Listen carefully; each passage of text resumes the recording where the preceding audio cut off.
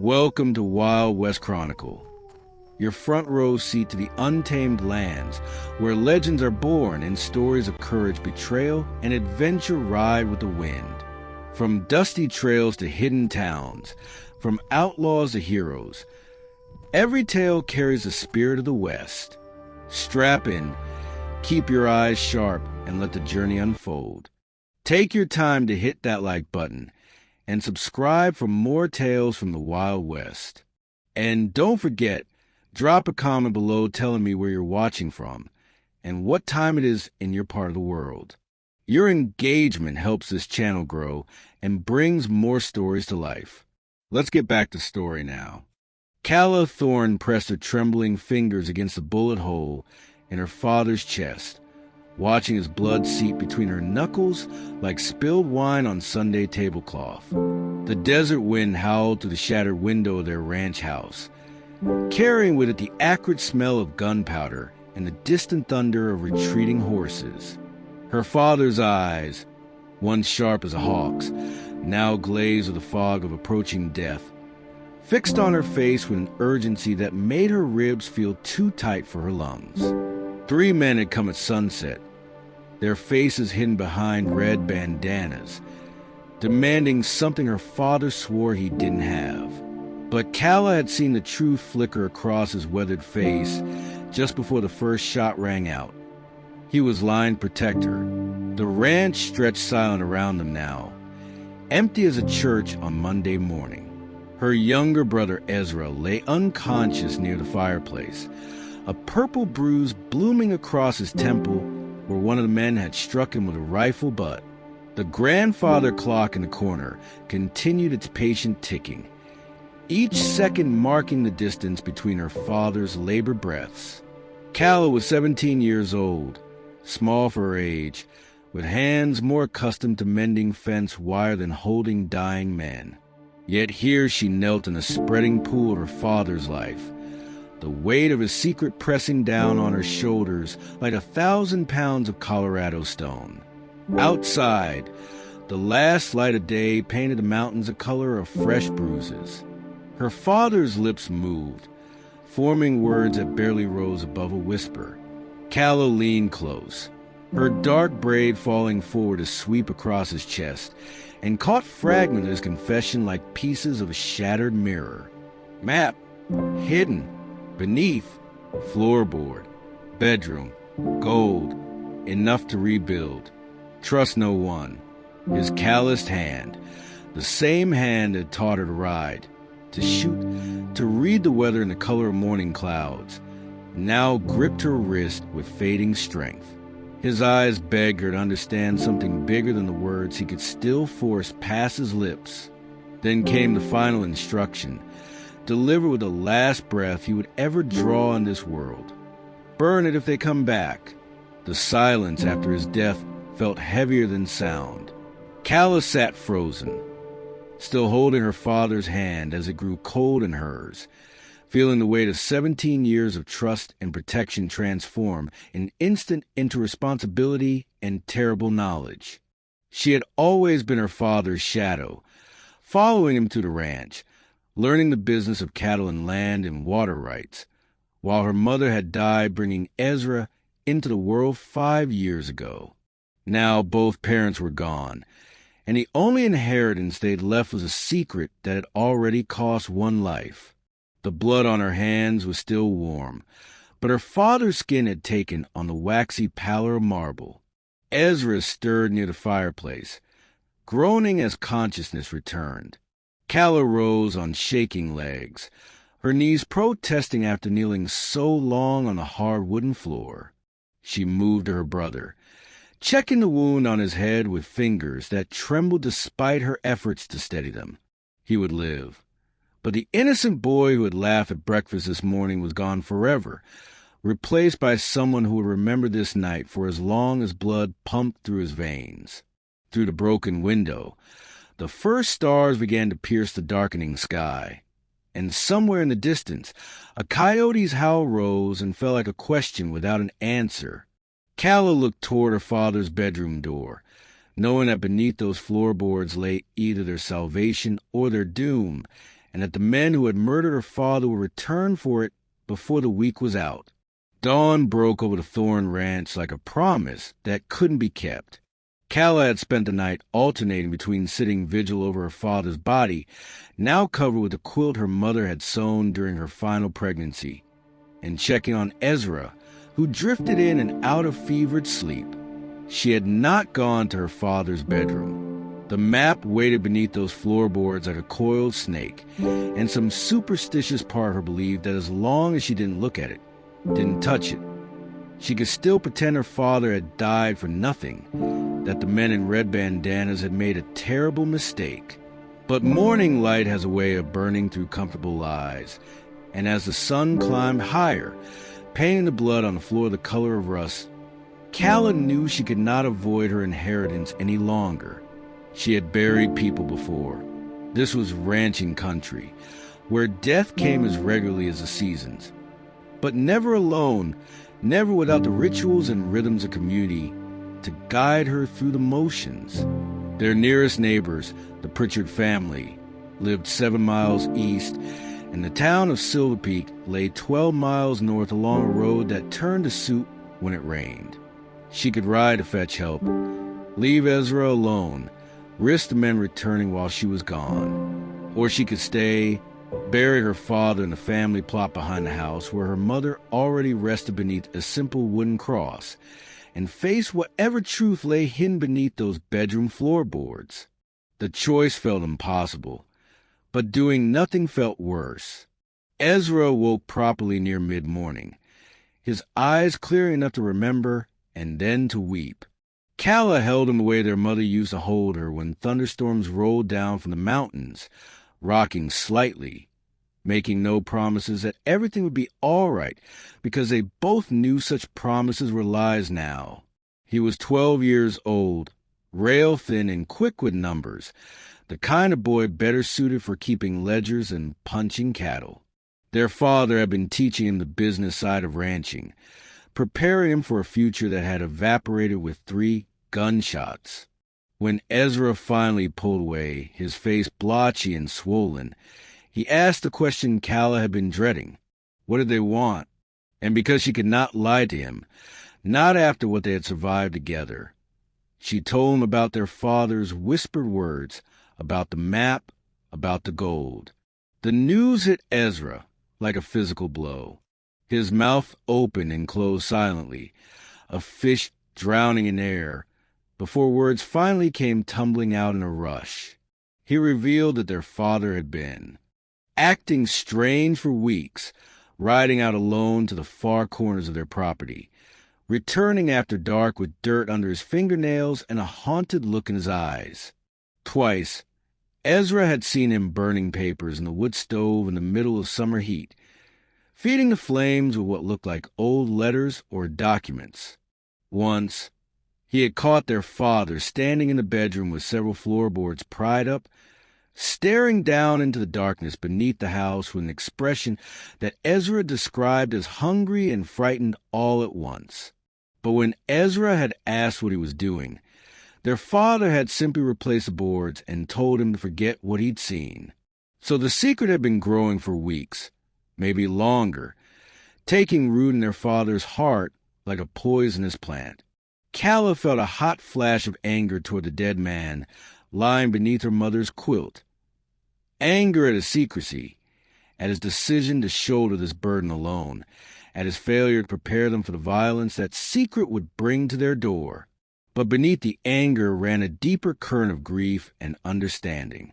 Their father had been trying to protect them the only way he knew how, by keeping them ignorant, by facing the danger alone. He had failed, and that failure had cost him everything, but his intention had been born from love. That knowledge didn't make Calla feel better, but it helped her understand why she now had to be the one to look beneath those floorboards and face whatever her father had died to protect. The bedroom smelled like their father, leather and tobacco and the sage soap their mother used to make. Calla stood in the doorway with Ezra behind her, both of them hesitating, as if crossing that threshold would make everything final and irreversible. The bed was neatly made, The washstand held their father's shaving kit, and a small window looked out toward the mountains that turned purple in the evening light. It was an ordinary room, modest and plain, the bedroom of a man who worked with his hands and had no use for decoration. But somewhere beneath those carefully fitted floorboards lay something extraordinary enough to kill for, and Calla felt her heart hammering against her ribs as she finally stepped inside. Ezra had watched her father that night, had seen which boards he'd lifted, and he pointed to a section near the bed, where the grain didn't quite match the surrounding planks. Calla knelt and ran her fingers along the seams, feeling for the gaps her father's hands had found before her. The boards were snug, carefully replaced, but when she pressed down on one end, the other lifted slightly, revealing the darkness underneath. She worked her fingers into the gap and pulled, the old nails groaning as they released their grip on the joist below. One board came free, then another, and suddenly she was staring down into a space that smelled of earth and secrets. The map was wrapped in oilcloth, protected from moisture and time. Beside it lay a leather journal, its pages swollen with words, and a small wooden box that rattled when Calla lifted it out. Her hands shook as she unwrapped the oilcloth, revealing a piece of parchment that had been folded and unfolded so many times the creases had worn thin as tissue paper. The map showed terrain she recognized: the mountains north of their ranch, the river valley that cut to the high country, the old Spanish ruins where shepherds sometimes sheltered their flocks. But marked in red ink, with annotations in her father's careful handwriting, was a location she'd never seen mentioned on any survey map or land grant. A place labeled simply, Esperanza Mine, lost, 1847. The journal told a story that made Calla's blood run cold. Her father had been corresponding with a man named Silas Drummond, a prospector who claimed to have discovered documents in Mexico City proving the existence of a lost gold mine in the Colorado territories. The mine had been worked by Spanish colonists before the Mexican-American War, then abandoned when Apache raids made the territory too dangerous. Drummond had spent 20 years searching for it, following rumors and fragments of old maps, until he finally pieced together its approximate location. But Drummond was dying of consumption, too weak to make the final journey into the high country. So he'd offered to sell the information to Calla's father for a price that must have represented every dollar they had saved. The wooden box contained gold nuggets, 3 of them, each roughly the size of Calla's thumbnail, their surfaces scarred and pitted from their long rest in the earth. They were proof her father had written in the journal, proof that Drummond's information was genuine, samples the old prospector had panned from a creek that ran down from a mine's location. The deal had been made 6 weeks ago. Her father had paid Drummond everything, receiving in return the map, the journal, and the promise that no one else knew the mine's location. But Drummond had lied, or been tortured into talking, or simply told the wrong person about his discovery. Now 3 men knew about the map, knew that Calla's father had bought it, and those men had been willing to kill for it. The question burning in Calla's mind as she refolded the map with trembling fingers was simple and terrible. How many more were coming? They buried their father that afternoon, digging the grave themselves because there was no time arrived for help and no guarantee that help would arrive in time if the killers returned. The ground was hard, baked by summer sun, and Calla's hands blistered despite the work gloves she wore. Ezra worked beside her, his young face set in lines too grim for his years, saying nothing as they carved a hole in the earth deep enough to hold a man who had given them life. The mountains watched with indifferent silence, and the wind carried the smell of dust and sage across the ranch that had been their family for 23 years, since the day their father had filed his homestead claim. They wrapped him in canvas because they had no coffin, and Calla read from the Bible their mother had brought west from Pennsylvania, though her voice cracked on every third word, and tears blurred the verses until she was reciting from memory rather than reading. Ezra sang a hymn their mother used to sing at bedtime, his voice thin and wavering but pure, and for a moment Calla could almost believe their parents were together again, watching from some better place than this hard country that broke more people than it made prosperous. They filled the grave as the sun began its descent, packing the earth down firmly, marking the spot with stones gathered from the creek bed. Later, if they lived to what was coming, they would carve a proper headstone. For now, their father would rest beside their mother in unmarked ground. Inside the house, they sat at the kitchen table and spread out the map, the journal, and the gold nuggets between them. The lamplight made the gold glow like captured sunlight, beautiful and terrible all at once. Calla's mind was racing, turning over possibilities like stones in a river, searching for a path forward that didn't end with both of them lying beside their father. They could burn the map as their father had instructed, try to pretend they knew nothing when the killers returned, hope that ignorance would protect them. But Calla had seen the cold calculation in those men's eyes the moment before they'd pulled their triggers. They weren't the type to leave witnesses alive, map or no map. They could run, abandon the ranch and everything their parents had built, ride for Silver Peak, and keep riding until they reached Denver or San Francisco or some other city large enough to swallow 2 orphans without asking questions. But running meant leaving behind the only home they'd ever known, meant starting over with nothing, and Calla felt a fierce possessive love for this land that her parents had watered with their sweat and dreams. More than that, running meant the men who killed their father would get away with it, would eventually find someone else to do their murdering for them, would dig up whatever gold lay hidden in those mountains and grow fat on her father's blood. The thought made something hot and sharp twist in Calla's chest. Or they could do the thing that terrified her most. They could go after the gold themselves. The map was detailed enough. The journal contained enough information about landmarks and distances, and they had enough food and supplies to make a week-long journey into the high country. If they could reach the mine before the killers found them, if they could extract enough gold to prove the claim, they could ride into Silver Peak and file a proper mining claim under their father's name, with legal protection and witnesses to their stake. The killers would have no choice but to back down or face the law. It was a desperate plan, full of ifs and maybes and 1,000 ways to die. But as Calla looked across the table at Ezra's bruised face and frightened eyes, she realized it was the only plan that offered them a future worth living. Tomorrow, she decided, they would ride north into the mountains, following their father's map toward either salvation or doom. They left the ranch before dawn, when the world existed in shades of gray and shadow. Calla had loaded their 2 horses with everything they could carry: bedrolls, food for 10 days, ammunition for their father's Winchester, and the Colt revolver she'd strapped to her hip, cooking gear, rope, and a small leather satchel containing the map, journal, and gold nuggets wrapped in cloth. Ezra rode their father's big sorrel gelding, a steady animal named Copper, who'd carried a man to his work every morning for 8 years, and now carried his son toward an uncertain fate.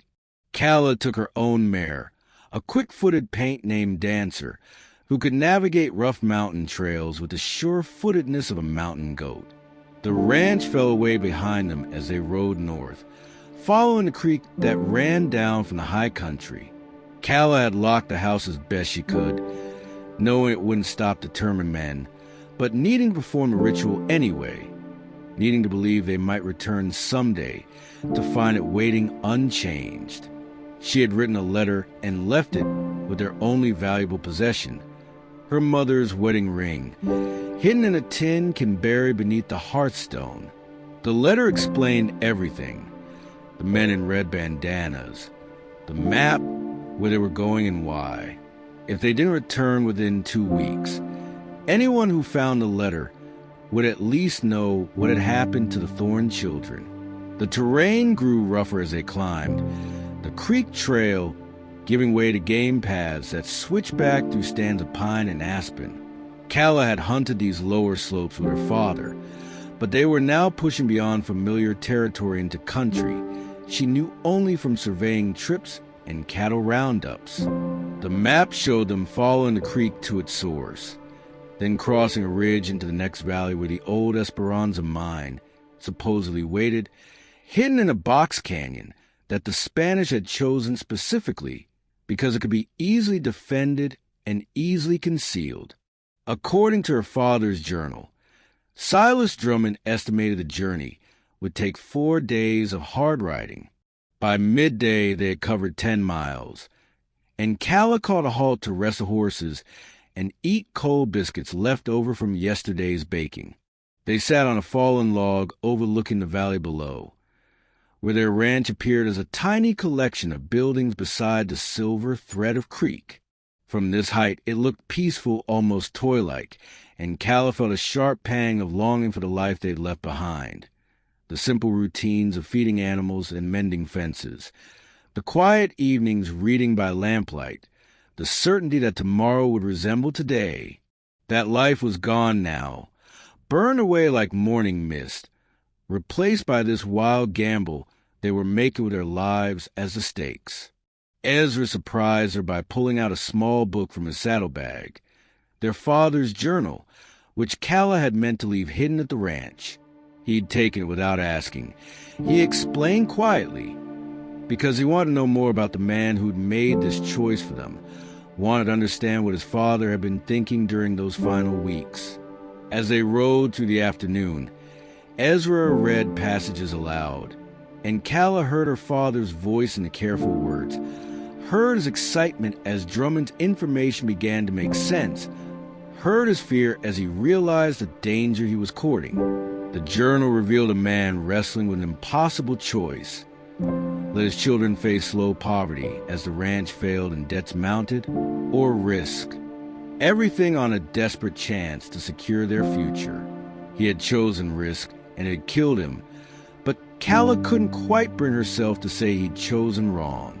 On the second day, they saw the riders, 3 shapes moving against the morning sky, still miles behind but following the same creek trail, tracking them as surely as wolves tracking wounded elk. Calla spotted them from a high switchback, and her stomach dropped like a stone thrown down a well. She'd been hoping the killers would search the ranch first, buy them time to reach the mine and establish their claim. Instead, the men had somehow known they'd run, had guessed their destination, and were now closing the distance with the patience of experienced hunters who knew their prey would eventually tire. She said nothing to Ezra, but he saw the truth in her face and turned to look back the way they'd come. His shoulders stiffened when he spotted the distant riders, and Calla watched her little brother age another year in the space of a heartbeat. They'd been riding for a day and a half, covering nearly 30 miles of rough country, and both they and their horses were feeling the strain. The men behind them would be mounted on fresh animals, carrying lighter loads and pushing hard to close the gap. Simple arithmetic told Calla they'd be overtaken sometime tomorrow unless she could find a way to slow their pursuers down. The afternoon brought them to a narrow section where the creek had carved a small canyon through a ridge of red rock. The trail followed the water, hemmed in by cliffs on both sides, a natural choke point that made Calla's tactical mind spin with possibilities. She'd learned shooting from her father, learned tracking and hunting, and how to read terrain for advantage. This was exactly the kind of place where a smaller force could hold off a larger one, at least for a while. If she could delay the men behind them, give Ezra time to push ahead toward the mine, maybe separate the hunters from their prey long enough to change the odds. She explained her plan to Ezra as they made camp in a protected hollow just beyond the canyon. He would leave at first light, taking both horses and all the supplies, riding hard for the mine, while Calla stayed behind to fortify the canyon and make it impassable for anyone trying to follow. She had ammunition enough for a sustained fight, and she'd counted on the riders not expecting resistance from a girl they probably thought was running scared. Once she convinced them the trail was too dangerous to push through, she'd slip away during the night and catch up with Ezra. It was risky, maybe suicidal, but it gave them a chance where before they'd had none. Ezra fought her on it, his voice rising toward panic as he realized she was planning to face 3 armed men alone. He was 12 years old and small for his age, but he had their father's stubborn streak and their mother's fierce loyalty, and he absolutely refused to leave her behind. They argued in harsh whispers as full darkness fell, until finally Calla pulled rank in the cruelest way she knew. She reminded him that if both of them died in that canyon, their parents' entire legacy died with them. The ranch would pass to distant cousins who'd never met, and the men who'd murdered their father would get away clean. Someone had to live long enough to file the mining claim, to tell the story, to make sure the Thor name meant something more than 2 forgotten graves on a failed ranch. That burden fell on Ezra, whether he wanted it or not. In the morning, he would ride, and Calla would buy him the time he needed with blood if necessary. The dawn came reluctant and cold, painting the canyon walls the color of dried blood. Calla had already been awake for hours, had already positioned herself on a narrow ledge 30 feet above the trail, where loose rocks and scraggly juniper provided cover. Below, she collapsed part of the trail itself, rolling boulders down to create an obstacle that would force anyone approaching on horseback to dismount and proceed on foot through the narrow gap. It wasn't a perfect ambush position, but would do. Through the pre-dawn gloom, she watched Ezra disappear up the far end of the canyon, leading both horses, carrying everything they owned toward a destination that suddenly felt impossibly distant. The riders appeared 2 hours after sunrise, moving cautiously as they entered the canyon, their horses picking careful steps along the rocky trail. Calla watched them through the iron sights of her father's Winchester, her finger resting lightly on the trigger, her heartbeat steady despite the fear that wanted to turn her hands to water. She could see their faces now, could see that 2 of them were young, maybe early 20s, with a lean, hungry look of men who'd never owned much and resented those who had. The third was older, thick through the shoulders, with a gray beard and eyes that swept the canyon walls with the wariness of someone who'd survived more than his share of fights. They spotted the rockfall and reined up, conferring in voices too quiet for Calla to hear. The older man dismounted first, drawing a rifle from his saddle scabbard and moving forward on foot to examine the obstacle. He was methodical and careful, checking the heights above, looking for exactly the kind of trap Calla had set. She held her breath, willing herself to stillness, knowing that if he spotted her before she was ready, all advantage would evaporate like morning dew. The man spent long minutes studying the trail, and Calla saw the moment he made his decision. He would push through, trusting speed and numbers to carry them past whatever danger lurked in the rocks above. Calla let them commit fully to the passage before she fired her first shot. She wasn't aiming to kill, not yet, just to announce her presence and make them think twice about their approach. The bullet sparked off the rocks 3 feet from the older man's boot, and the canyon exploded into motion. The men scattered, diving for whatever cover they could find, returning fire toward her position with rifles that boomed and echoed between the narrow walls. Calla dropped flat behind her own cover as bullets whined past, chewing splinters in the juniper and sending rock chips flying. Her heart hammered now, adrenaline flooding her system, but her hands stayed steady as she worked the Winchester's lever and placed careful shots to keep them pinned. For the next hour, they fought a strange battle where nobody moved more than a few feet and nobody scored a hit.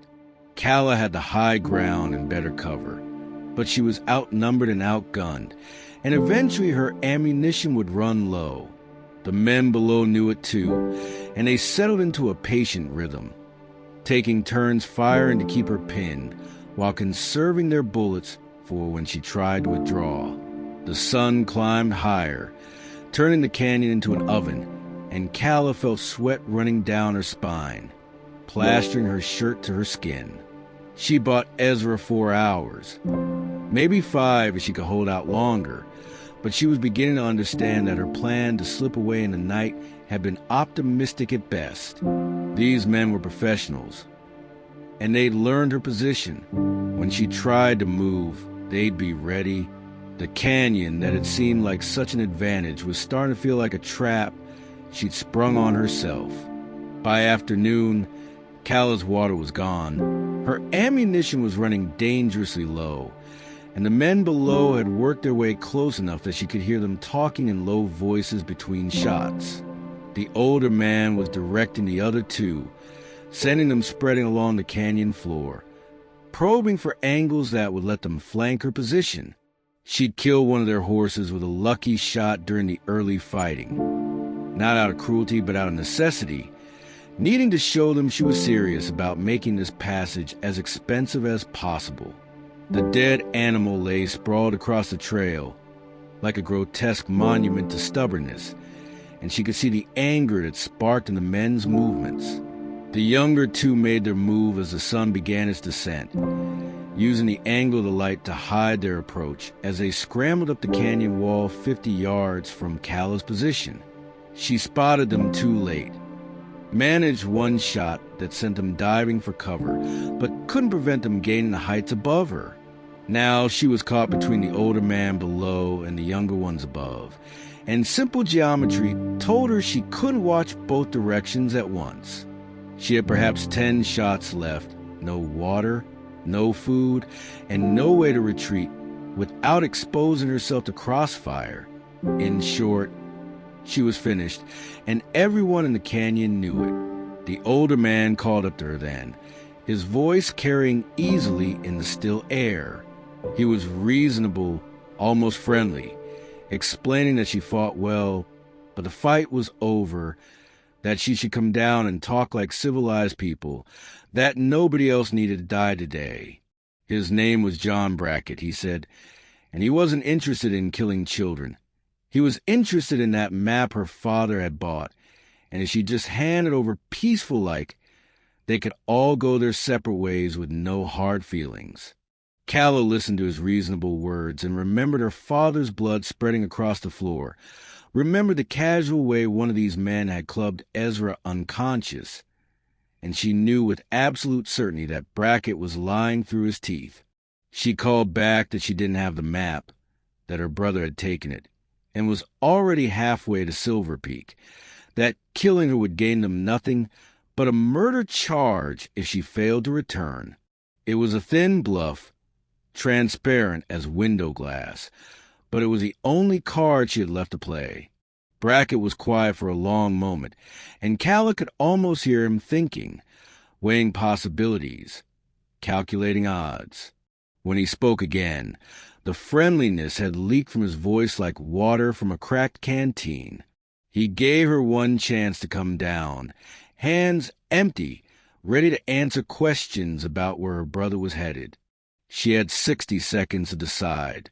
After that, the younger men above her would drop grenades they'd improvised from blasting powder and tin cans, and Calla could either burn or be buried, her choice. 30 seconds passed, then 45, and Calla felt a strange clarity settle over her like a cool cloth on fevered skin. She thought about her parents, about the ranch that would never be hers now, about Ezra riding alone through mountain country with 3 gold nuggets and a map to a mine that might not even exist. She thought about how she was 17 years old and had never been kissed, had never traveled further than 50 miles from the place she'd been born, had never done 100 things she'd vaguely imagined doing someday. Someday had run out, and she found she wasn't as afraid as she'd expected to be. She had bought her brother time, hours of it, Precious hours he could use to disappear into the high country where these men would never find him. It wasn't the heroic sacrifice she'd envisioned, but it was enough. At 55 seconds, Calla Thorne stood up from behind her cover, the Winchester falling from her hands, and prepared to face whatever came next with her chin up and her eyes open. The explosion came not from above, but from the canyon floor, a thunderous roar that sent rocks cascading down the walls and smoke billowing through the narrow passage. Calla threw herself flat, covering her head, certain that Brackett's men had decided to solve their problem with dynamite rather than wait out her surrender. But the gunfire that followed wasn't aimed at her. It was aimed at the men who'd been hunting her, shots coming from the far end of the canyon, where Ezra had disappeared hours ago. Through the smoke and confusion, Calla saw 4 horsemen charging into the narrow space, rifles blazing, and at their head rode a figure she recognized even through the chaos. Sheriff Augustus Pike from Silver Peak, his silver star catching the afternoon light. What happened next unfolded with the dreamlike quality of events too overwhelming to process in real time. Pike's deputies laid down withering fire that sent Brackett and his men scrambling for cover, while Pike himself dismounted and took a position that cut off their retreat. The younger two, still caught on the canyon wall above Calla, tried to climb higher, searching for escape routes that didn't exist. One slipped, fell 20 feet, and hit the rocky trail with a sickening crack that meant broken bones at minimum. The other threw down his rifle and raised his hands in a universal gesture of surrender. Brackett fought on for another minute, until Pike called out his name and reminded him that resisting a lawman was a hanging offense in Colorado territory, and wasn't he tired of running after 20 years? Pike brought them down from the canyon as the sun touched the western peaks. Brackett and the surviving younger man in handcuffs, the one who'd fallen strapped to a horse and groaning with pain.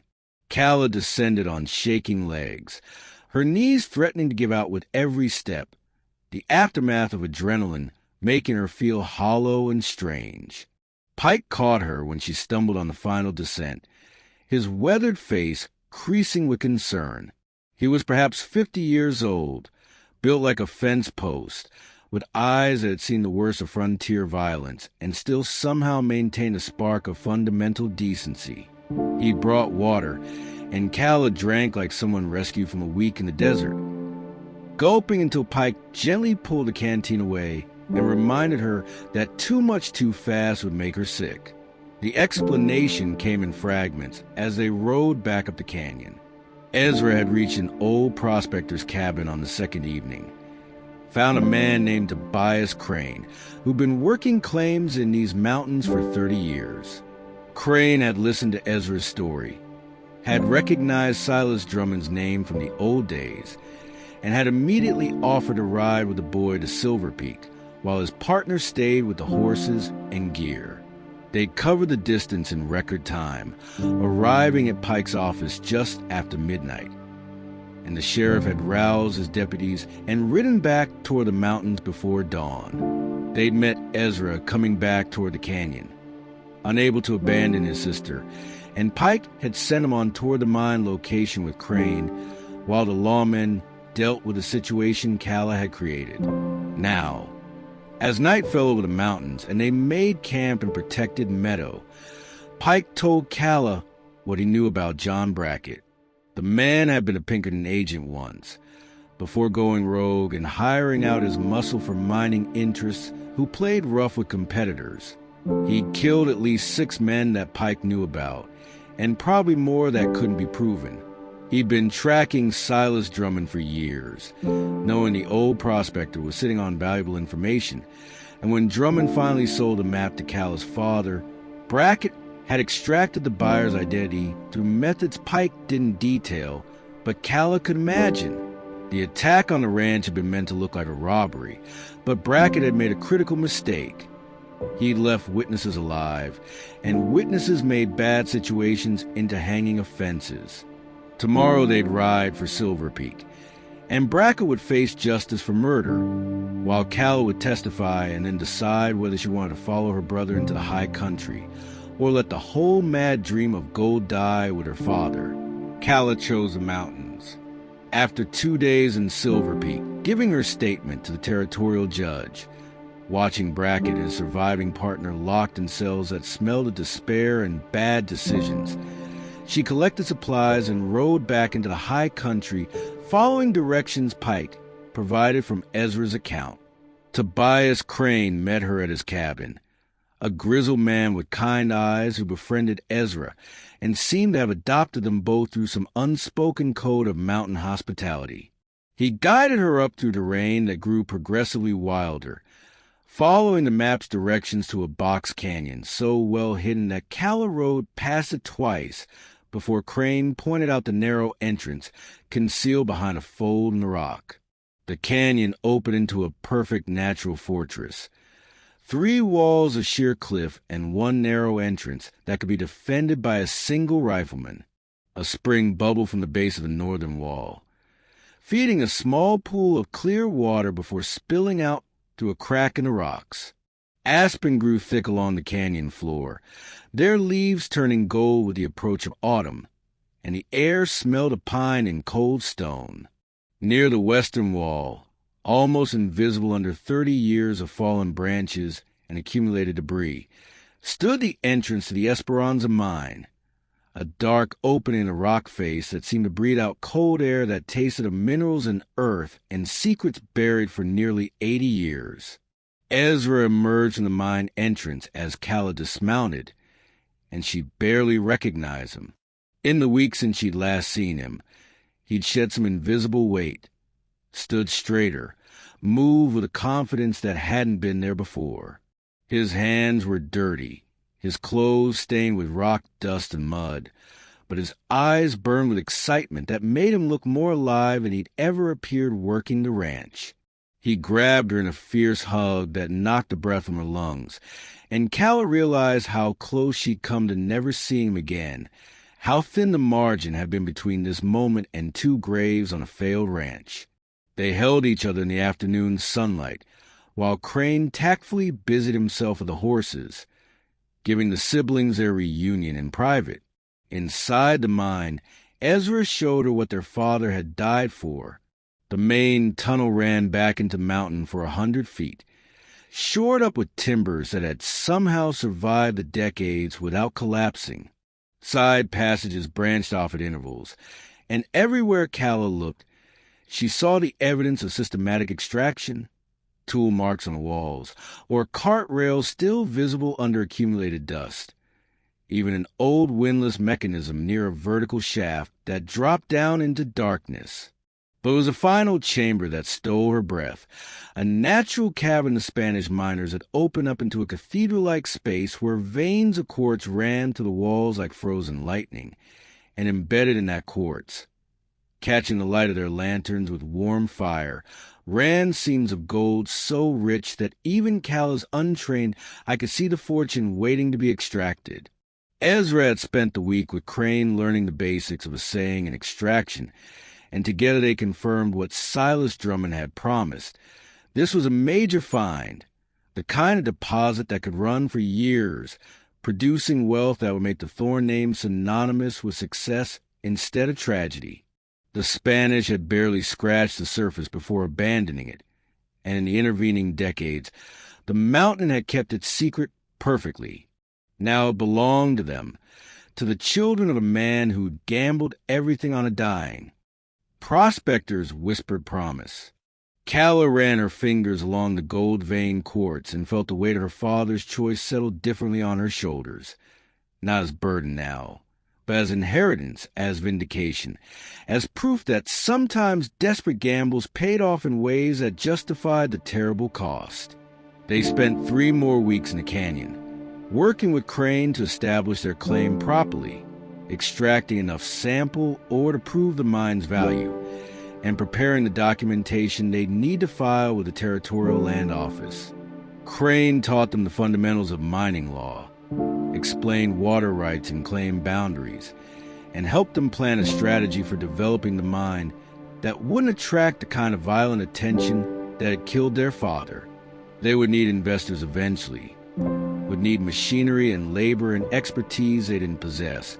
But for now, they had time to do things right, to build slowly and carefully, to honor their father's sacrifice for success instead of rushing toward the next disaster. On a cool morning in late September, with the first snow dusting the high peaks, Calla stood at her parents' graves and told them what their children had accomplished. The ranch was still theirs, though they'd need to hire someone to manage it while they developed the mine. Brackett and his partner would hang before winter, justice delivered with territorial efficiency. And somewhere in the mountains behind her, a fortune in gold waited to be extracted by Thorn hands, transforming tragedy into triumph, death into legacy. She had turned 18 that week, though no one had remembered to mark the occasion. And she felt decades older than the girl who'd knelt in her father's blood just months ago. But standing there between her parents' resting places, feeling Ezra's presence beside her solid and certain, Calla Thorne understood that survival wasn't the same as living, and living meant carrying forward the dreams of those who'd fallen. Their story was just beginning, written in gold and blood, and the kind of stubborn courage that turned whispers into legacies that would echo through generations. The first winter in the mountains taught Calla truths about hardship she'd never learned on the ranch. She and Ezra had moved into Tobias Crane's cabin, a sturdy log structure chinked with mud and moss that sat just below the canyon entrance where the mine waited under increasing layers of snow. Crane had partners working other claims scattered through the territory, and he rotated between them. But he'd agreed to winter with the Thorns, teaching the craft of mountain survival and mine operation in exchange for a small percentage of whatever they eventually extracted. The arrangement worked because Crane was a man who valued family over profit, who'd lost children of his own years ago to scarlet fever, and saw in these orphans a chance to pass on knowledge that would otherwise die with him. The days fell into rhythms dictated by weather and necessity. Morning meant breaking ice on the water barrel, feeding the fire that could never be allowed to die completely, and melting snow for washing and cooking. Afternoons were spent in the mine when conditions allowed, clearing debris, shoring up timbers, slowly working their way deeper into mountain, following the gold veins that twisted through the rock like frozen rivers. Ezra had a gift for reading stone, for understanding where the ore would run richest, and Calla found she had a talent for precise work of extraction, for chipping away rock without damaging the precious metal embedded within it. They worked slowly, carefully, accumulating raw or in canvas sacks that they stored in the deepest part of the mine where temperature stayed constant year-round.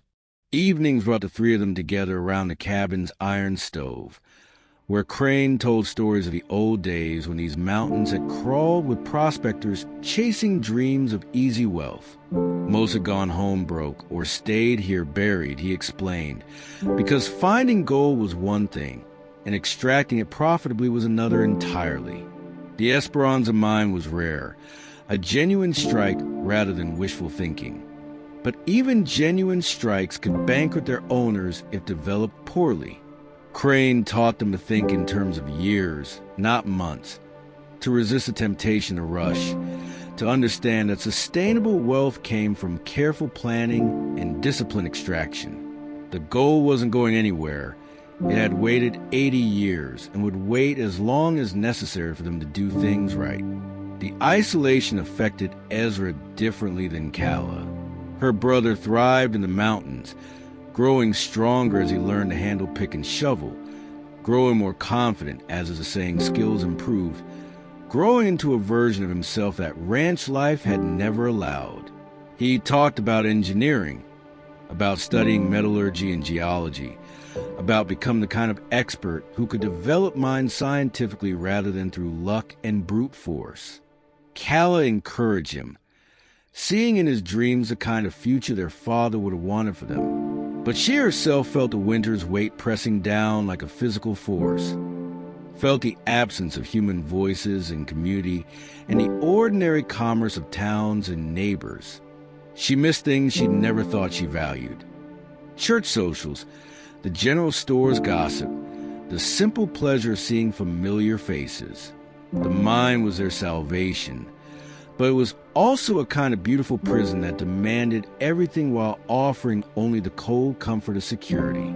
By February, they'd extracted nearly 200 pounds of raw ore, enough to prove the mine's value, but not enough to justify the expense of hauling it to the nearest stamp mill for processing. Crane suggested they wait until spring thaw, then take a carefully selected sample to Denver where serious investors and equipment suppliers could evaluate their find properly. The railroad had reached Denver now, Crane explained, connecting Colorado to the wider market to the east. And that connection meant mines that had been marginal propositions a decade ago were now potentially profitable enterprises. If they played their cards right, showed the right people the right samples, the Thorne siblings could secure the capital and expertise they'd need to turn a promising hole in the ground into a genuine producing mine. But success would mean bringing strangers into their mountains, would mean surrendering some control in exchange for the resources to extract wealth they couldn't access alone. That tension between independence and necessity, between keeping secrets and seeking help, would define their choices in the month ahead. The thaw came late that year, snow lingering in the high country until mid-May, but when it finally broke, it did so with dramatic force. The creek became a torrent, the trails turned to boot-sucking mud, and the canyon filled with the sound of running water and calling birds that had been absent during winter silence. Calla felt something in her chest loosen with the changing season, as if she'd been holding her breath for months and could finally exhale. They spent 2 weeks preparing for the journey to Denver, selecting ore samples that showcased the mine's potential without revealing its full extent, practicing the story they'd tell investors, rehearsing the balance between honesty and strategic omission that Crane insisted was essential for successful negotiation. They left in early June, all 3 of them riding together, with the ore samples packed carefully in canvas panniers that disguised their weight and value. The journey to Denver took 8 days, following roads that improved as they descended from the mountains into rolling prairie where farms and ranches spread across land that seemed impossibly flat after months in the vertical world of peaks and canyons. Ezra stared wide-eyed at everything. This 14-year-old boy who'd spent his entire life in a single valley, now confronting the reality of a world that extended far beyond the boundaries of his previous experience. Calla watched towns pass with mixed feelings, part of her longing to stop and stay, to rejoin the human community they'd left behind, while another part recognized that she'd changed too much to ever fit comfortably into ordinary life again. Denver was nothing like the rough mining camps Crane had described from his early days in the territory. The city sprawled along the South Platte River, a collection of brick buildings and church steeples, and paved streets that spoke of wealth and permanence and ambition. The railroad station dominated the center of town, engines huffing and bells clanging as trains arrived from Chicago and San Francisco, connecting this frontier outpost to the larger currents of American commerce. Crane guided them to a boarding house run by a widow who asked no questions, then set about arranging meetings with the kinds of men who could help or hinder their plans: assayers, equipment suppliers, mining engineers, and most importantly, investors with capital to spare and appetites for calculated risk. The first meeting went badly. The assayer, a thin man named Collingwood who operated out an office that smelled of chemicals and cigars, examined their samples with professional skepticism that bordered on contempt. He explained in condescending tones that Colorado was full of foolish children sitting on claims they believed were valuable, that for every genuine strike there were 100 false hopes, and that he had no time to waste on raw, or that probably came from some played-out prospect these orphans had stumbled across. Calla felt rage building in her chest, felt the urge to tell this pompous man exactly what she thought of his assumptions, but Crane caught her eye and shook his head fractionally. They left without revealing the sample's true quality, and only later did Crane explain that Collingwood was known for stealing promising claims through a network of claim jumpers and corrupt officials. Sometimes, Crane said quietly, a bad reaction was actually useful information. The second meeting changed everything. Jonas Wheeler was a mining engineer who'd made his fortune developing claims in Nevada's Comstock lode before coming to Colorado to seek new opportunities. He was perhaps 40 years old, educated at a technical institute back east, with a rare combination of theoretical knowledge and practical experience that separated genuine experts from chancers and frauds. He listened to their story without interruption, examined their ore samples with equipment whose purpose Calla couldn't guess, and finally looked up with eyes that showed real respect rather than patronizing tolerance. What they had, Wheeler said carefully, was potentially exceptional. Not the largest deposit he'd ever seen, but unusually pure, well-positioned for development, and large enough to justify a significant investment. If they were interested in partnering with someone who could provide capital and expertise in exchange for a share of eventual profits, he'd like to continue the conversation over dinner, where they could discuss terms like adults entering a serious business arrangement together. The negotiations with Jonas Wheeler stretched across 2 weeks. Meetings held at his office overlooking Larimer Street, where maps and technical drawings covered every available surface.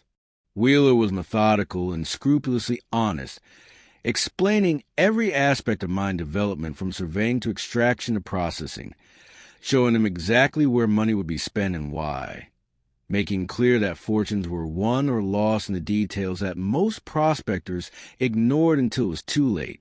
He wanted a 40% stake in the mine in exchange for funding all development costs and providing ongoing technical expertise. The remaining 60% would belong to the Thorns, with Tobias Crane receiving 5% of their share in recognition of his guidance and support. Ezra absorbed the technical information like dry ground soaking up rain, asking questions that impressed Wheeler and revealed her brother's natural aptitude for the engineering side of mining. Calla focused on the business arrangements, learning about contracts and partnerships and the legal structures that would protect her interests while allowing Wheeler to recoup his investment. She discovered she had an instinct for negotiation, a talent for seeing where compromise made sense and where firmness was required.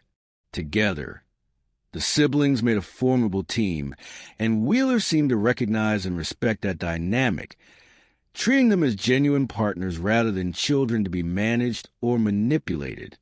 The contract they eventually signed gave Wheeler operational control of mine development, but required Thorne approval for any major decisions affecting the property. Profits would be split according to ownership percentages after Wheeler recovered his initial investment plus 15%. The Thorns would retain ownership of the land itself, meaning that even in the worst-case scenario, where the mine failed to produce as expected, they'd still control valuable property in territory that was appreciating rapidly as Colorado's population grew. Wheeler insisted on including provisions protecting the Thorns from fraud or mismanagement, binding himself to transparency and regular accounting in ways that Crane quietly confirmed were unusually generous for such agreements. By the time they finalized terms, Calla understood they'd found not just an investor, but a genuine ally who saw their success as inseparable from his own. The money Wheeler advanced for immediate needs, $10,000 in territorial scrip and U.S. currency, felt obscene in Calla's hands, more wealth than her father had earned in 20 years of ranching. Wheeler explained it was barely enough to purchase the equipment and supplies they'd need for serious development, that mining was an enterprise that devoured capital with terrifying efficiency, But Calla felt the weight of those bills like a physical burden. She sent $500 to Sheriff Pike with instructions to maintain her father's grave properly and to ensure the ranch building stayed in good repair. Another 1,000 went to settling old debts their father had left behind, obligations that no longer had legal force, but that honor demanded be satisfied. The rest went into a Denver bank account that paid interest, a concept that fascinated Ezra and made Calla nervous about trusting their fortune to ledgers and promises rather than gold they could see and touch. They spent the final week before returning to the mountains purchasing supplies that Wheeler insisted were essential: proper mining timber, steel rails or carts, blasting powder and fuses, drilling equipment, and dozens of items whose purpose Calla couldn't immediately grasp, but which Ezra studied with the intensity of a priest examining scripture. Wheeler would follow in August with a crew of experienced miners, a portable steam engine for powering drilling equipment, and the components of a small stamp mill that could process there or on-site rather than requiring expensive transport to distant facilities. By summer's end, the Esperanza mine would transform from a prospector's dream into a functioning industrial operation, and the Thorne siblings would be on their way to become the kind of wealthy that changed not just their lives, but the trajectory of their family for generations. Yet as they rode back toward the mountains with their pack-horse train of supplies, Calla felt a strange melancholy mixed with her excitement, a sense that something precious was ending even as something valuable was beginning. Wheeler arrived in August with 12 men, 2 wagons, and enough equipment to stock a small town. The quiet canyon that had been the Thorns' private sanctuary suddenly teemed with activity that made Calla's head spin. Men shouted over the sound of hammering and sawing as they erected a bunkhouse, a cook shack, an equipment shed, and a small building Wheeler called the assay office where quality would be tested before processing.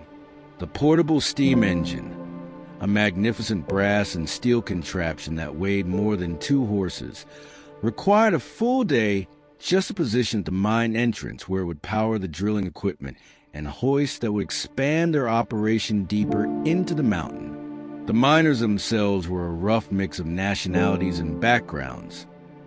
Cornish men who'd learned their trade in England's tin mines, Irish immigrants escaping poverty in East Coast cities, a handful of Chinese laborers who kept to themselves but worked with an efficiency that put the others to shame, and even 2 former slaves from Missouri who'd headed west seeking opportunities that Reconstruction had failed to deliver. Wheeler treated them all with a brusque fairness that earned respect without demanding friendship, paying good wages and insisting on safety procedures that other operators often ignored. Accidents were expensive, he explained to Calla, both in human terms and in lost productivity, and preventing them was simply good business wrapped in basic decency. Calla and Ezra found themselves in strange positions, simultaneously owners and students, bosses and learners, their authority recognized but their inexperience obvious. The miners navigated this awkwardness with varying degrees of tact, some teaching willingly, others resentful of taking orders from children, even children who technically paid their wages. Calla learned to choose her battles, to ask questions rather than give commands when possible, to let Wheeler handle discipline while she focused on understanding every aspect of the operation. She spent mornings in the mine learning proper blasting techniques and timbering methods, afternoons in the stamp mill learning how ore was crushed and processed, and evenings reviewing accounts with Wheeler, tracking every dollar spent against a mounting cost that made her nervous despite his reassurances. Ezra thrived in ways that made Calla simultaneously proud and worried. Her 15-year-old brother could now discuss chemical assaying and structural engineering with the kind of detailed knowledge that impressed even Wheeler's most experienced hands. He worked alongside the miners, his small frame belying the wiry strength he developed during months of mountain labor, and he earned grudging respect through competence rather than authority. But Calla watched him retreating further into the technical world of mining, losing interest in anything that didn't relate to extraction rates and/or quality, becoming so focused on the operation that he seemed to forget the ranch still waiting for their attention or the broader life that existed beyond these canyon walls. By September, they'd extracted and processed nearly 3 tons of ore, yielding gold worth approximately $40,000 at current market prices. Wheeler's initial investment was 2/3 recovered, meaning profits would soon start flowing to the Thorns' share. But the success brought its own complications. Word spread despite their attempt at discretion, and the canyon saw increasing traffic from claim jumpers, speculators, and the kind of drifters who gravitated toward wealth like moths to flame. Wheeler hired guards, 2 hard-faced men, who patrolled the canyon entrance with rifles and a willingness to use them that Calla found both comforting and disturbing. The mine that was supposed to secure their future was becoming a fortress, and Calla began to understand that wealth didn't buy freedom so much as trade one set of problems for another, more complex set that required constant vigilance and increasingly difficult decisions. October brought the first serious snow and an unexpected visitor. Calla was working in his safe office, learning to use the scales and chemicals that determined ore value, when one guard announced that a woman was approaching the canyon, riding alone, asking to see the Thorn children on urgent business. Calla's first thought was trouble, a lawsuit, a claim dispute, some legal entanglement they hadn't anticipated. But when she walked out to meet the visitor, she recognized Miriam Pritchard, their former neighbor from the ranch, a sturdy woman of 50 who brought food after their mother died and who taught Calla the basics of preserving vegetables and rendering soap. Miriam's news hit like a physical blow. The ranch was failing without them, overrun by squatters who'd moved into the empty buildings and were running cattle on Thorn land without permission or payment. Miriam's husband had tried to intervene, had reminded the squatters that the property still belonged to the Thorn children, but he'd been threatened with violence if he didn't mind his own business. The territorial authorities were useless, Miriam explained bitterly. Too busy with more profitable concerns to care about an abandoned ranch being claimed by men who believed possession was 9/10 of the law. If Calla and Ezra didn't return soon to reassert their claim, they'd lose the property their parents had died building, would see it stolen as casually as someone pocketing a dropped coin. The decision toward Calla in directions she couldn't reconcile. The mine needed constant oversight, needed her presence to ensure Wheeler stayed honest and the operation ran according to their agreement. Leaving now, during the critical phase when they were just starting to see returns on their investment, felt like abandoning the very thing that was supposed to secure their future. But the ranch represented something deeper than financial value. It was a physical manifestation of her parents' dreams, the land her father had worked until his hands bled, the home where she'd learned to walk and ride and shoot, the place where both her parents lay buried beneath markers that deserved better than abandonment to thieves and trespassers. Ezra's position shocked her with its coldness. The ranch was finished, he argued, a money pit that would never be profitable, a relic of their parents' generation that made no sense to maintain when the mine offered 10 times the potential for a fraction of the labor.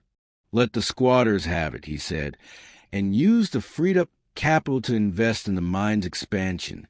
They could always buy better land later, closer to Denver or in more hospitable territory, land chosen for its advantages rather than inherited because their father had filed a homestead claim 23 years ago. When Calla stared at him in disbelief, when she reminded him that their parents were buried there, Ezra shrugged and said dead people didn't care about property lines, that honoring their parents' memory meant building the success they'd sacrificed for, not clinging to dirt out of sentiment. They fought with a fury that surprised them both, words escalating into shouts that brought Wheeler running from the mine entrance to find out what crisis had erupted. Calla accused Ezra of forgetting who he was, of becoming so obsessed with gold that he'd lost sight of what actually mattered. Ezra countered that Calla was trapped in the past, unable to adapt to changed circumstances, wasting energy on nostalgia instead of building their future. Wheeler listened to them vent their rage, then quietly suggested a compromise that neither had considered. He would advance Calla enough money to hire men to secure the ranch and evict the squatters, while Ezra would stay in the mountains managing the mine operation. They'd test whether the siblings could handle separate responsibilities, whether they could function as partners without requiring constant proximity. And Calla would have the chance to prove that the ranch could be more than a sentimental burden, that it could contribute to their overall enterprise rather than drain resources from it. The solution felt like failure wrapped in pragmatism, but Calla accepted it because the alternative was watching her parents' legacy dissolve while she and Ezra destroyed each other with blame and resentment. Calla rode into her childhood home on a November morning with 6 hired men behind her and rage burning in her chest like swallowed coals. The ranch looked worse than she'd feared. Fences down, corrals empty, windows broken in the main house, and an air of neglect that spoke of people using the place without caring for it. Smoke rose from the chimney, and she could see figures moving inside, squatters who'd made themselves comfortable in her parents' home, sleeping in their beds, cooking in their kitchen, treating decades of labor and love as if it were public property free for the taking. She'd hired carefully for this job, choosing men recommended by Sheriff Pike, men with experience in the kind of forceful but legal claim enforcement that Colorado's chaotic land situation sometimes required. Their leader was a grizzled former Texas Ranger named Marcus Webb, who'd explained the strategy on the ride south. They'd serve notice first, give the squatters one chance to leave peacefully with whatever belongings they brought. If that failed, they'd physically remove the trespassers and secure the property against reoccupation. Violence was a last resort, but Webb and his men were prepared for it if necessary, and something in their faces suggested they'd seen and survived worse than anything likely to happen here. The confrontation was briefer and uglier than Calla expected. The squatters, 5 men and 2 women living in the main house with a casual disregard for basic hygiene that made Calla's skin crawl, responded to the eviction notice with mixture of defiance and mockery. Their spokesman, a heavy man with a scar bisecting his left cheek, explained that they claimed the property under territorial abandonment laws, that children who ran off to play in the mountains couldn't expect to maintain ownership of valuable land, and that if Calla had a problem with their occupation, she could take it up with the courts, which would rule in their favor anyway since possession was what mattered under territorial law. Webb let him finish, then methodically dismantled every legal claim the man had attempted to make. The abandonment period required in Colorado territory was 3 years minimum, not the 6 months since Calla had left for the mountains. The Thorns had paid all property taxes through an arrangement with the Silver Peak Land Office, meaning they'd maintained their legal obligations, and possession only mattered when ownership was genuinely in dispute, which it wasn't. The territorial registry showed clear title and names of Calla and Ezra Thorn, transferred from their deceased father through properly executed probate documents. The squatters had exactly 1 hour to gather their belongings and clear out, after which they'd be removed by force and charged with criminal trespass. The man with the scarred face tried bluster, tried intimidation, but when Webb's hand drifted toward a holster revolver with the casual inevitability of sunrise, the squatters' courage evaporated like morning dew. They left cursing and threatening lawsuits and revenge, taking with them several items that had belonged to Calla's parents: her mother's good dishes, her father's rifle, various tools and household goods that had been appropriated as if they were abandoned treasures rather than stolen property. Calla let them go, recognizing that recovering every stolen item would require efforts and expenses far exceeding their value. The victory was in reclaiming the land itself, in standing once again in the home where she'd grown up, in walking out to the family plot where her parents lay buried beneath markers that had, thankfully, been left undisturbed by people who at least retained enough superstition to respect the dead. She spent her first night back sleeping in her childhood bedroom and cried herself to sleep with a mixture of relief and grief that left her feeling hollowed out and strangely clean, as if some infection had finally been lanced and could now begin healing. The winter of 1874 found the Thorne siblings living separate lives connected only by monthly letters and occasional visits when weather permitted. Ezra remained in the mountains with Wheeler, overseeing the mine operation that had expanded to employ 30 men working 2 shifts, extracting gold at a rate that transformed theoretical wealth into actual money accumulating in Denver banks. Cal rebuilt the ranch with determination that bordered on obsession, hiring 3 cowhands and a housekeeper, restocking cattle herds, repairing buildings, and slowly restoring the property to something resembling its condition before tragedy struck. The ranch would never be what was under their father's management. Calla understood that with clear-eyed realism, but it could be something different, something viable, a working operation that produced steady income through cattle sales while appreciating value as more settlers moved into the territory and land prices climbed. She'd use a portion of her mine profits to purchase adjacent properties from families who were leaving, consolidating their holdings into a more substantial operation that made economic sense rather than representing the bare minimum her father had been able to claim under homestead law. By spring, the Thorne Ranch covered 3 sections, with water rights that made it genuinely valuable in this semi-arid country where water determined everything. The letters from Ezra grew progressively more distant in tone, filled with technical details about new drilling techniques and/or processing improvements, but increasingly devoid of anything personal or emotional. He was becoming someone Calla barely recognized, a young man obsessed with efficiency and profit margins who'd learned to manage men twice his age and to make decisions involving thousands of dollars without apparent hesitation. Wheeler reported that Ezra was showing genuine brilliance in understanding mining engineering, that he designed improvements to their operation that increased output while reducing costs, that several other mine operators had tried to hire him away with generous offers. At 16, Ezra Thorne was becoming one of the territory's rising experts in industrial mining, and the boy who'd once been more comfortable with books than cattle had found a calling that consumed him completely. Calla felt both proud and troubled by her brother's transformation.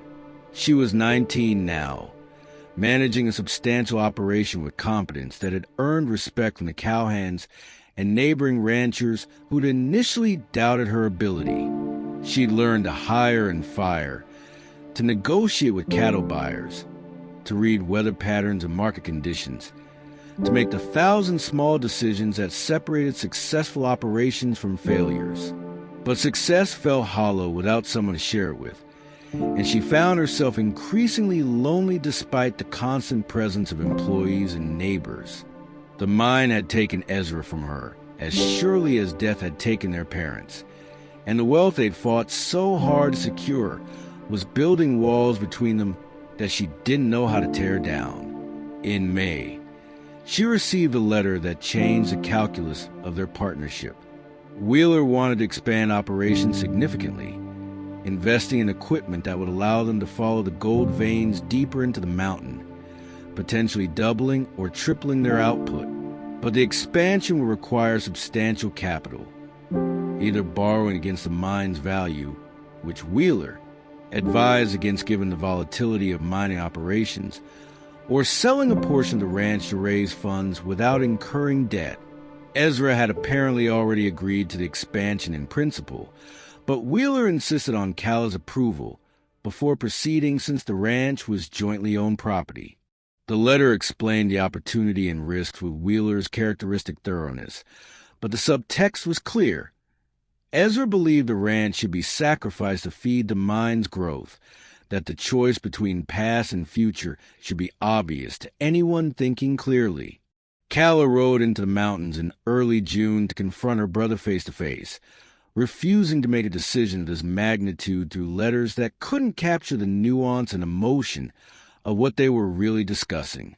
The canyon had transformed again during her absence, now featuring permanent buildings constructed from milled lumber instead of the rough structures from the previous summer, a proper company town emerging around the mine entrance.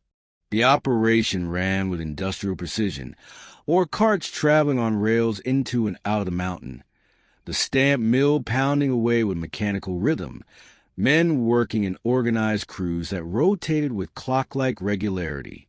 Ezra met her in the office, a building that held more paperwork and technical drawings than their father's ranch house had held furniture. At 16, he looked older than his years, with a lean frame and weathered skin of someone who spent long hours in mountain sun and wind. His hands, which had once been soft from ranch work that mostly involved numbers and planning, were now callous and scarred from handling drilling equipment and ore samples. He greeted Calla with genuine affection but also distraction, clearly eager to show her the expansion plans rather than waste time on pleasantries or emotional reconnection. The technical presentation he delivered was impressive and thorough, demonstrating both his grasp of mining engineering and his natural ability to communicate complex ideas clearly. The expansion would allow them to access her bodies that current equipment couldn't reach, would increase efficiency enough to reduce per unit costs significantly, and would position them to take advantage of rising gold prices as eastern markets recovered from the panic of 1873. Wheeler had secured favorable terms from equipment suppliers and had identified experienced crew bosses who could manage the expanded operation without proportional increases in overhead. The financial projections showed the expansion paying for itself within 18 months, after which profits would increase substantially for years to come. When Ezra finished, Calla asked the question he'd been avoiding. Why this had to be funded by selling the ranch rather than by borrowing against the mine or by taking on additional investors who could provide capital in exchange for smaller equity shares.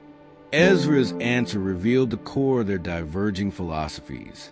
He didn't trust debt because it made them vulnerable to market fluctuations and put their ownership at risk if the mine hit a bad patch. He didn't want additional investors because every new partner diluted their control and introduced complications in decision-making.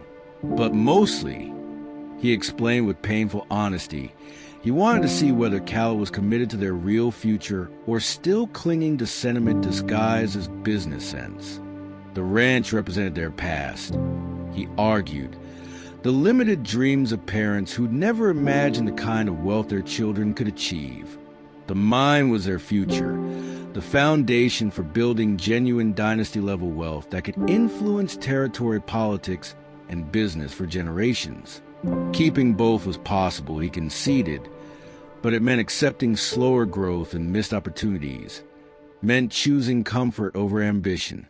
Calla listened to her brother make the case for selling her parents' graves, for abandoning the land her father had worked until his hands bled, for treating legacy as if it were simply numbers on a balance sheet to be optimized for maximum return.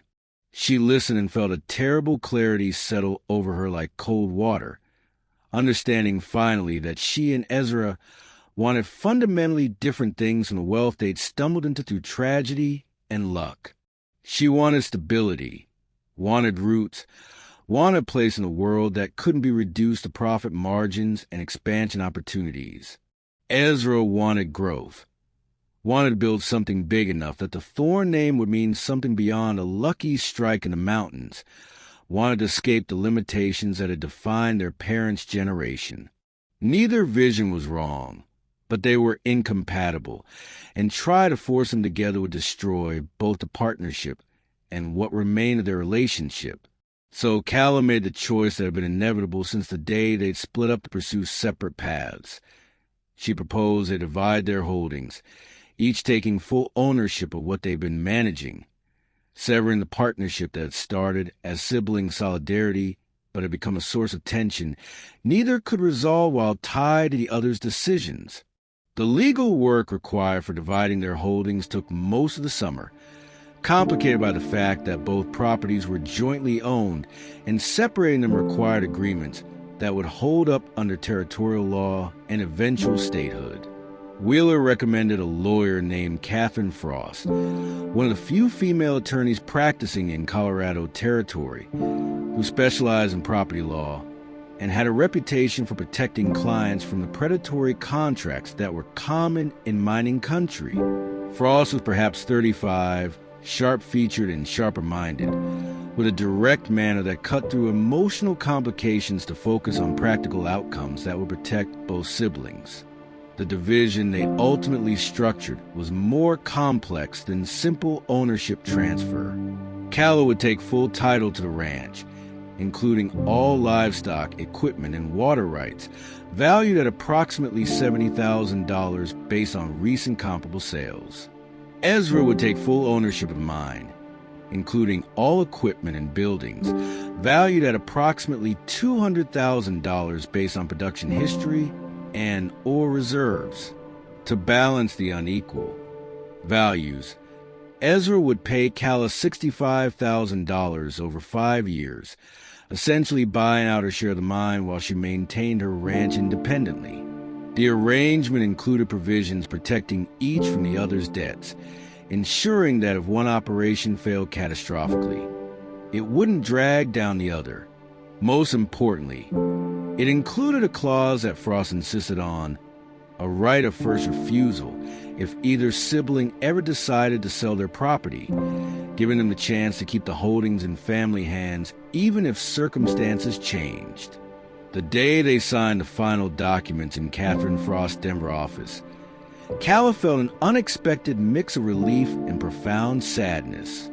She and Ezra had survived violence, poverty, grief, and hardship together, had built something valuable from the wreckage of their parents' deaths. And now they were choosing to walk separate paths because staying together had become more painful than profitable. Ezra seemed almost eager to finalize the split, already talking about equipment purchases and expansion timelines, his mind racing ahead to a future where he could make decisions without requiring her approval or considering her concerns.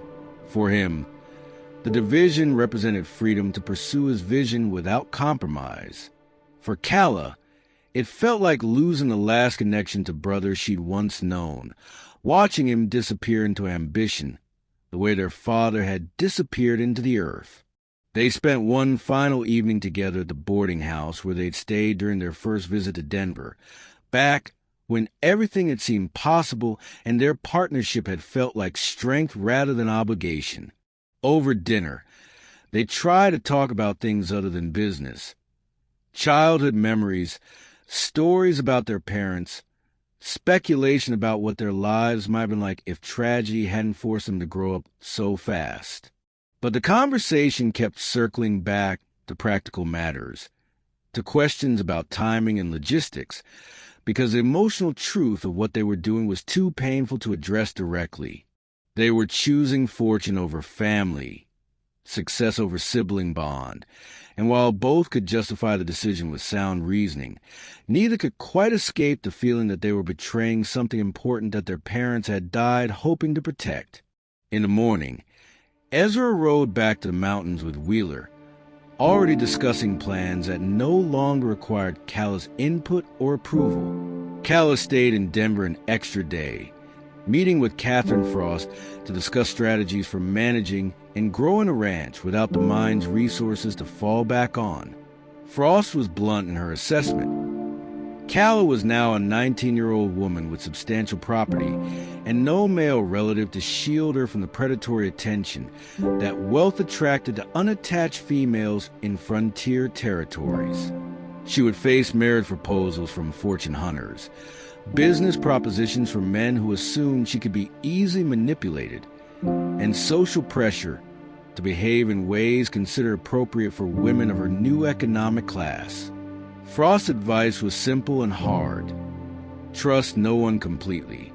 Maintain detailed records of every transaction. Cultivate relationships with other successful women who understood the unique challenges they faced. And never apologize for being capable and intelligent just because it made insecure men uncomfortable. Calla rode back to the ranch in late August, carrying the legal documents that made her sole owner of the property her parents had built and that she'd fought to preserve. The cowhands greeted her return with evident relief. They'd been uncertain about their employment status during the division negotiations, worried that new ownership might mean wholesale changes. She gathered them that evening and explained the situation plainly. The ranch was hers now. She intended to run it for the long term, and anyone who could accept working for a woman who expected competence and honesty would secure employment as long as the ranch remained profitable. 2 of the 3 cowhands left within a week, unable to reconcile their expectations about gender roles with the reality of taking orders from someone they'd initially dismissed as a child-playing rancher. The 3rd, a lean Texan named Samuel Cortez, who'd fought for the Union during the war despite his Confederate state of origin, stayed and became her most trusted employee, the kind of foreman who could translate her decisions into action without requiring constant supervision. 5 years passed with a steady rhythm of seasons and work that defined ranching life. Calla turned 24 in the spring of 1879. Now firmly established as one of the territory's successful independent operators, a woman whose gender was still noted, but whose competence was no longer questioned by anyone who'd done business with her. The ranch had prospered under her management, expanding to cover 5 sections through careful purchases of adjacent properties, running cattle herds that produced consistent profits, and pioneering irrigation techniques that made previously marginal land productive. She built relationships with buyers in Denver and Kansas City, had learned to read market conditions well enough to time sales for maximum profit, and had invested surplus income in Denver real estate that appreciated faster than the ranch itself. Ezra's mind had exploded into one of the territory's major producers, employing over 200 men working 3 shifts, with processing facilities that handled or from several smaller operations in addition to the Esperanza's own production. He'd become exactly what he dreamed of, a mining engineer of regional importance, consulted by operators across Colorado and neighboring territories, wealthy enough that territorial politicians courted his political support and financial backing. They'd maintained cordial relations, exchanging letters quarterly and meeting annually to handle business matters that still require coordination. But the easy intimacy of their early partnership was gone, replaced by the polite distance of business associates who happened to share parents and history. The meeting Calla requested in June 1879 was different from their usual coordination sessions. She rode to the mine canyon on a warm afternoon, finding Ezra supervising installation of new equipment that looked like something from a future she couldn't quite imagine. He was 21 now, already going gray at the temples despite his youth. The physical cost of years working in mountain conditions and breathing rock dust despite all safety precautions. He greeted her warmly but warily, clearly uncertain why she requested this meeting without specifying an agenda.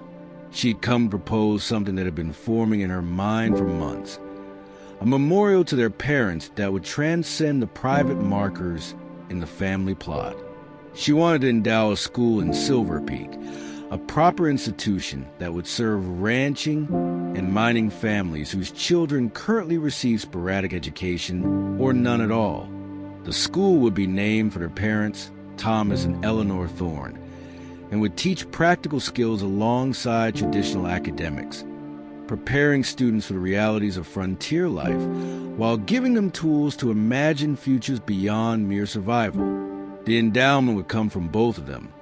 Calla would contribute land and buildings, while Ezra would provide ongoing operational funding from the mine's profits.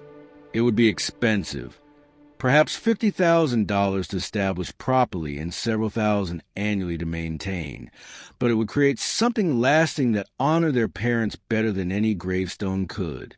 Ezra listened to the proposal with an expression Calla couldn't read, and for long minutes after she finished, he said nothing, just stared at the mountains that had made him wealthy and cost him so much else. When he finally spoke, his voice was rough with emotion he usually kept carefully controlled. He'd spent 5 years proving he could succeed on his own terms, could build something significant without being constrained by sentiment or backward-looking loyalty. But success had taught him something he hadn't expected, that winning didn't feel like he'd imagined, that building wealth without purpose was just accumulation, that he'd been trying to outrun his parents' memory instead of honoring it. The school was a good idea, he said quietly, but he wanted to expand the vision. In addition to the school, he wanted to fund a prospecting support program that would provide tools, training, and modest grub stakes to families trying to establish claims, the kind of support that might have saved their father from making desperate deals with dying prospectors. Together, they could create institutions that changed outcomes for people facing the same impossible choices their parents had confronted. The Thorn Foundation was formally established in December 1879, capitalized with contributions from both siblings and structured to continue supporting education and opportunity long after they were gone. The school opened in the fall of 1880, a solid building that could accommodate 60 students. Staffed by teachers Calla personally recruited with salaries high enough to attract genuine talent. The prospecting program began more modestly but grew quickly, and within 3 years it had helped establish 17 claims that became producing mines, each operator crediting the Thorn program with making the difference between success and failure. Calla never married, though she received numerous proposals from men attracted to her property or her person or some combination of both. She'd learned to value independence too much to surrender it for companionship that would inevitably come with expectations about proper feminine roles and male authority. She raised cattle, developed property, served on territorial boards and committees, and eventually became an important voice in the statehood movement that brought Colorado into the Union in 1876. When she died in 1923 at age 63, newspapers across the state ran obituaries describing her as a pioneer businesswoman and philanthropist whose influence had shaped Colorado's development during its crucial early decades. Ezra sold a mine in 1895 for a sum that made him genuinely wealthy by national standards, not just frontier measures. He'd extracted everything of value from the Esperanza, and continuing operations would have required investments that no longer made economic sense. He moved to Denver, invested in railroads and real estate, and spent his later years working with the Colorado School of Mines to improve mining education and safety standards. He married late, at age 42, to a schoolteacher from the institution he and Calla had founded, and they had 3 daughters who grew up hearing stories about grandparents they'd never met and the whisper of gold that had changed their family's destiny. The ranch Calla had refused to sell remained in Thorn hands for 3 generations, finally subdivided and sold in the 1950s when the economics of ranching shifted and descendants chose different paths. But the markers of family plot were maintained throughout, Thomas and Eleanor Thorn resting beneath granite monuments that their great-grandchildren still visited occasionally, reminded by aging relatives about the price paid for the opportunities they'd inherited. The Mine Canyon became a tourist attraction in the 1920s, offering guided tours of the tunnels where fortunes have been extracted and lives have been transformed by ambition, violence, and the kind of desperate courage that defined the frontier era. And in Silver Peak, the school bearing the Thorn name continued operating well into the 21st century, teaching generations of students about the mathematics of ore grades and the chemistry of gold extraction, about the literature of the frontier and the history of people who'd gambled everything on whispers and maps and dreams. The Foundation's archives preserve Silas Drummond's original documents, Thomas Thorne's journal, and the carefully drawn map that cost one life and created others, artifacts displayed under glass as reminders that fortune was never free, that every inheritance carried the weight of those who'd paid its price, and that the true legacy of gold wasn't the metal itself, but what people chose to build with the opportunities it provided.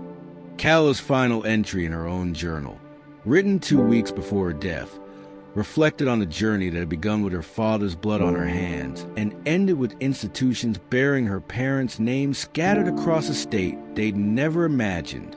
She'd been 17 years old when 3 men in red bandanas had shattered her world, had been forced to become an adult in the space of heartbeats, had navigated violence and grief and sibling conflict and the countless complications that came with sudden wealth. She'd made mistakes, had chosen independence over partnership, had watched her brother disappear into ambition while she clung to legacy, and she couldn't quite say whether their choices had been right or wrong, only that they'd been human and honest and had led to lives worth living. The whisper of gold that had destroyed her family had also rebuilt it, had transformed tragedy into opportunity, had proven that even desperate gambles sometimes paid off in ways that justified their terrible cost. But the real treasure, she wrote in careful script that shook slightly with age and illness, wasn't the wealth they'd extracted from the mountain or the properties they'd accumulated or even the institutions they'd built. It was the knowledge that she and Ezra had honored their parents not by clinging to the past unchanged, but by taking the inheritance of love and sacrifice and stubborn courage they'd been given and using it to build futures that multiplied possibility for people they'd never meet, in times they'd never see, in ways that turned private grief into public good. That alchemy, transforming loss into legacy, pain into purpose, was the real magic, more valuable than any gold, and worth every price they'd paid to achieve it. If this story moved you, hit that like button and subscribe for more tales from the Wild West. And don't forget, drop a comment below telling me what you learned from the whole story. Your engagement helps this channel grow and brings more stories to life. Until next time, remember, fortune favors the bold, but legacy favors the wise.